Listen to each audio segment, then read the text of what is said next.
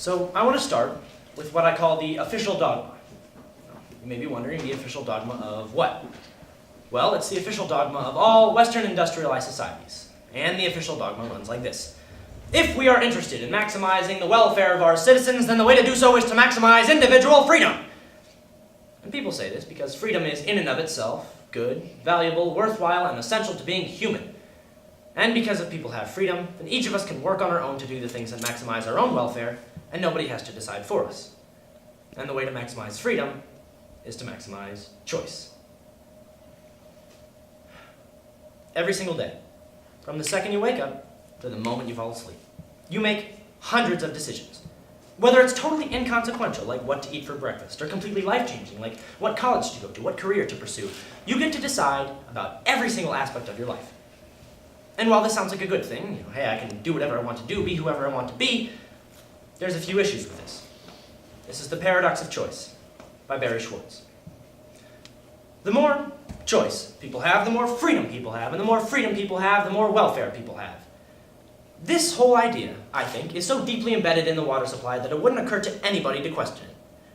It's also deeply embedded in our lives. Now, here's a few examples of what modern progress has made possible for us. So let's imagine that this room is a supermarket, and that entire wall is the salad dressing section. Now, I want to say a word about salad dressing. There are 175 different salad dressings in my supermarket. That's not counting the 10 extra virgin olive oils and the 12 balsamic vinegars that you could use to make a very large number of your own salad dressings, on the off chance that none of the 175 the store has on offer suit you. You've got to admit, that's a lot of choice. In areas of life more significant than just buying things, the same explosion of choice is true. Take healthcare, for example. It is no longer the case in the United States that you go to the doctor, and the doctor tells you what to do. Instead, you go to the doctor, and the doctor says, well, we can do A, or we can do B. A has all these benefits and risks, and B has all these benefits and risks. What do you want to do? You say, well, I don't know, Doc. What should I do? And the doctor says, A has these benefits and risks, and B has these benefits and risks. What do you want to do? And you say, well, if you were me, Doc, right, what would you do? And the doctor says, but I'm not you. And the result is we call that patient autonomy, which makes it sound like a good thing, but in reality what that is a shifting of the burden and responsibility of decision-making from somebody who really knows something, namely the doctor, to somebody who knows nothing at all, and is almost certainly very sick, and thus not in the best shape to be making decisions, namely the patient. Something as dramatic as our identity has now become a matter of choice. We no longer inherit an identity, we get to invent it. And we can reinvent ourselves as many times as we like. And what that means is that every morning when you wake up, you have to decide what type of person you'd like to be that day. With respect to marriage and family, there was a time when the default assumption was that you got married as soon as you could, and you started having kids as soon as you could after that. The question was, who? Not when, and not what you did after. And finally, work. We have been blessed with a technology that allows us to work every minute of every day.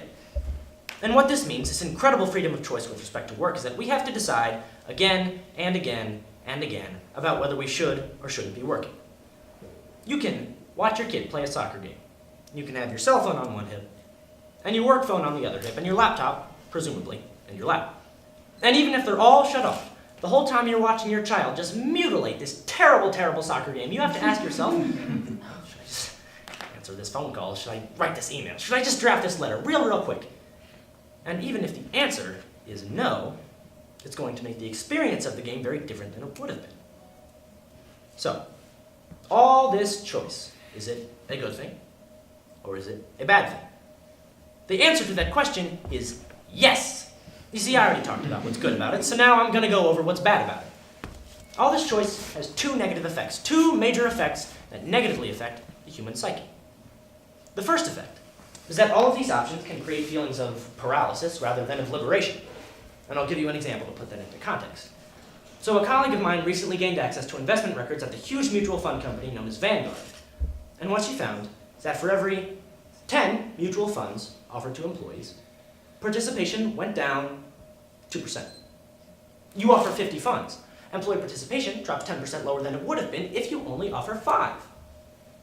So why is that? Well, with 50 funds to choose from, it's so damn hard to decide that you just put it off until tomorrow. And tomorrow. tomorrow. Yeah. And of course, tomorrow never actually comes. Now understand, not only does this mean that people will have to eat dog food when they retire because they don't have enough money put away, it means that they're passing this money up simply because it was too difficult to decide. So paralysis is an effect of having too many options.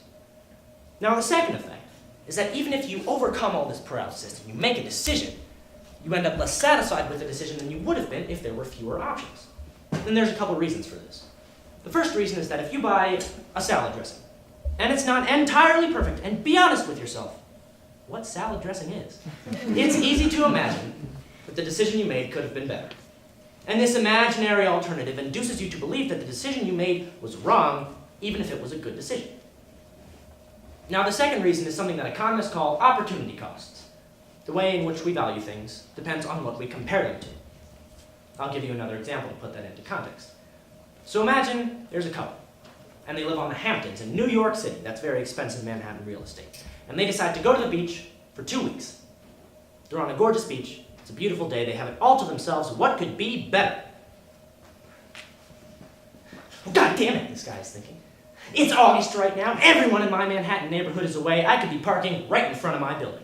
And this guy spends 2 weeks completely nagged by the idea that he could be having a great parking space. And it detracts from the gorgeous beach and the beautiful day. So opportunity costs subtract from the satisfaction we get out of the decisions we make, even if the decision was terrific.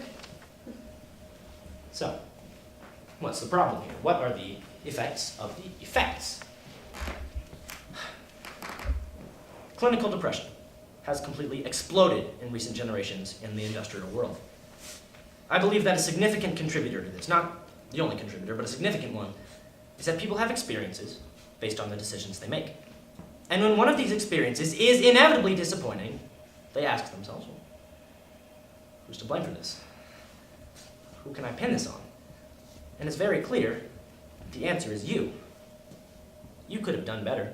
With so many options to choose from, there's no excuse for failure. So they blame themselves. And they live their whole lives with this mentality. So, in conclusion, complete paralysis, utter dissatisfaction, and clinical depression are results of the paradox of choice. Thank you.